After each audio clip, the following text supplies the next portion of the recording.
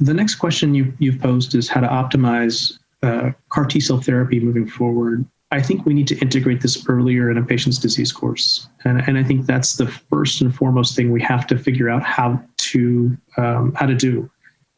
Waiting until patients are critically ill and, which happens earlier in acute lymphoblastic leukemia than we might see, for example, in large B-cell lymphoma, is not, in my opinion, going to be the best approach moving forward. So, if we wait until someone is 3 or 4 lines in and then ask, how do we integrate CAR T-cell therapy? I fear we're going to see I fear what we're going to see is that a lot of the patients never make it to the CAR T-cell infusion. So the first way I see, the first way I can see of optimizing CAR T-cell therapy in acute lymphoblastic leukemia is to integrate it earlier, and ideally with the lower disease burden. This, I'm hopeful, will come with less toxicity and greater efficacy. The other broader question about optimizing CAR T-cell therapy relates to management of toxicity. I do think we did a wonderful job, both on the phase 1 and then confirming on the phase 2 optimizations for safety. We were able to optimize the timing of steroids and tocilizumab to reduce the rates of severe CRS and neurotoxicity relative to what we had seen initially on the phase 1 study, but also relative to what has been seen in other trials of adult lymphoblastic leukemia using CAR T-cell immunotherapy. And so I think that those were successful, but I also think we have room to further optimize safety.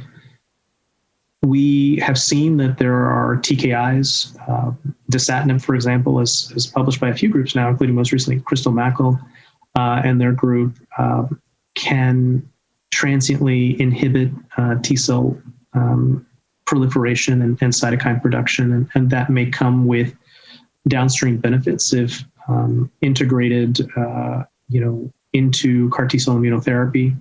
We've also seen JAK inhibition. We've also seen the use of GM-CSF inhibitors also come with benefits, as they relate to safety. I think it's too early to know what that will do to efficacy benchmarks, and I think we have to keep that in mind that, as we inhibit T-cell expansion, there may come a point of no return, being a point at which we will irreversibly inhibit that T-cell expansion and fail to see the benefits that we want to see in terms of disease eradication. So we have to keep all that in mind, and there may even be very nuanced approaches that we have to take based on tumor cell burden as it relates to the use of these adjuncts. I'm certainly hopeful that we'll continue to optimize safety as we move forward, as newer drugs become available, and as newer approaches to CAR T-cell manufacturing become available, whether that's on-off switches or other similar novel kind of genetic engineering approaches make their way into the clinic. In terms of optimizing efficacy, I do think there's room for that also. I mean, I don't want to take away from the really incredible responses that we observed.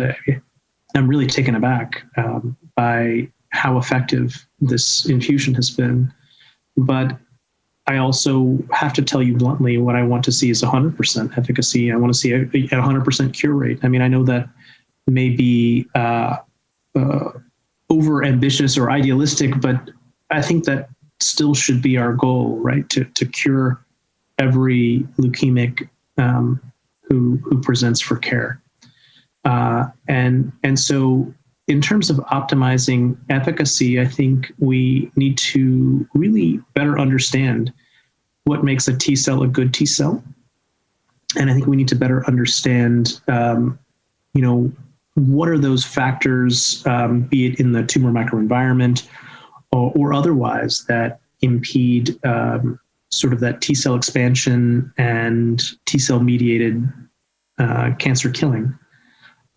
And again, there's considerable preclinical and clinical work that's going into trying to answer these questions. But, I think that those are critical in moving this forward, because I don't think CAR T is going away. I think, we've seen now approvals on large cell, follicular, diffuse large, and so on. I really think that we have now almost a responsibility to figure out how to do this even better, how to do this even bigger, and I'm excited about that.